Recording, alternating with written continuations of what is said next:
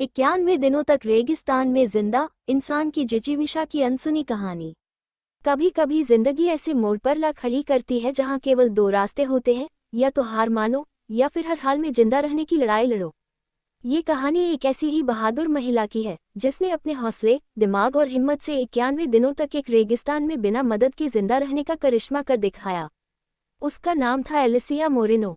वह एक जीवविज्ञानी बायोलॉजिस्ट थी जो रेगिस्तानी जैव विविधता पर शोध करने एक टीम के साथ दक्षिण अमेरिका के अटाकामा डेजर्ट गई थी।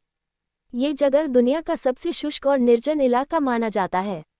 यहाँ न तो पानी है, न पेड़ पौधे और न ही इंसानों की बस्ती। शुरुआत में सब सामान्य था। टीम अपने शोध में व्यस्त थी। एक दिन एलिसिया अपने साथी के साथ पास की एक चट्टान के पीछे दुर्लभ पौधों की तस्वीरें लेने गई।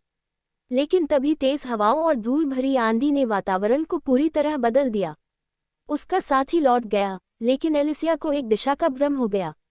उसके पास एक बैग था जिसमें कुछ खाने का सामान, एक बोतल पानी और एक छोटी डायरी थी। उसने सोचा कि वह कुछ घंटों में वापस कैंप में लौट आएगी, लेकिन वो रास्ता उसे कभी वापस नहीं मिला। रेगिस्तान की आग। अटाकामा डेजर्ट में दिन में तापमान 45 डिग्री सेल्सियस तक चला जाता है और रात में -5 तक गिर जाता है। पहले 2 दिन उसने अपने बैग के सामान से काम चलाया। जब पानी खत्म हो गया तो असली संघर्ष शुरू हुआ। एलिसिया ने सुबह सुबह ओस की बूंदें जमा करनी शुरू की। वह पत्थरों के ऊपर प्लास्टिक की शीट बिछाती और सुबह उनमें जमी ओस को चूसकर प्यास बुझाती। खाने के लिए कीड़े, पत्ते और कैक्टस।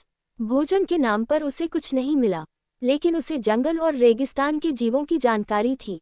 वह जंगली कीड़े, छिपकलियां और कैक्टस खाकर जिंदा रही। कैक्टस के कुछ प्रजातियों में पानी होता है, लेकिन कुछ जहरीले भी होते हैं। उसने पत्तियों का रंग, गंध और बनावट देखकर निर्णय लिया कि कौन सा सुरक्षित है। उसने एक बार लिखा, मैंने आज पहली बार छिपकली खाए, उसकी गंध से मुझे उल्टी आ रही थी, लेकिन ये जिंदगी है या मौत, अब स्वाद मायने नहीं रखता। 1. मानसिक शक्ति और हिम्मत। शारीरिक संघर्ष से ज्यादा मुश्किल था मानसिक अकेलापन। कोई बात करने वाला नहीं, कोई आवाज नहीं, सिर्फ वीरान रेत और मौत की खामोशी। वह हर दिन खुद को एक ही बात कहती थी, तू जिंदा है, यही सबसे बड़ा चमत्कार है। उसने एक छोटी छड़ी से रेत पर हर दिन का एक निशान बनाया। वह 2 बार मरने के करीब पहुंची, एक बार पानी न मिलने की वजह से और दूसरी बार सांप के डंक से। लेकिन किस्मत ने उसका साथ दिया। आग और धुआं बनी उम्मीद।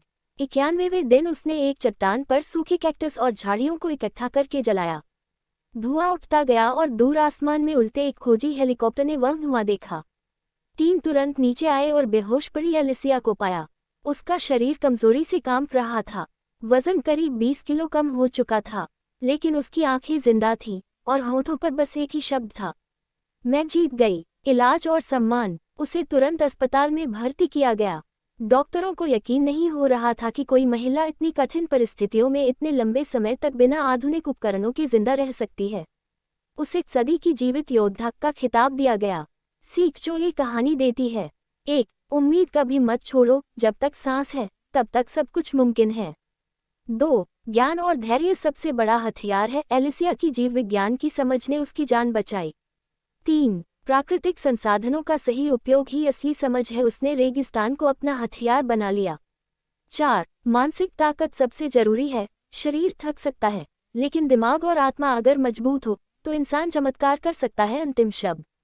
एलिसिया मोरेनो की यह कहानी एक ऐसी मिसाल है जो हमें बताती है कि जिंदगी चाहे जितनी कठिन क्यों न हो, अगर इंसान हार न माने तो वह असंभव को भी संभव बना सकता है। रेगिस्तान की तपती रेत में एक औरत ने अकेले 91 दिन सिर्फ जी ही नहीं लिए, बल्कि यह साबित कर दिया कि असली शक्ति बाहर नहीं, हमारे अंदर होती है। अगर आपको ये कहानी अच्छी लगी हो तो वीडियो को लाइक करें, चैनल को सब्सक्राइब करें और कमेंट में लिखें, मेरे विचार मेरी ताकत हैं। अगली कहानी में फिर मिलेंगे एक नए विचार के साथ।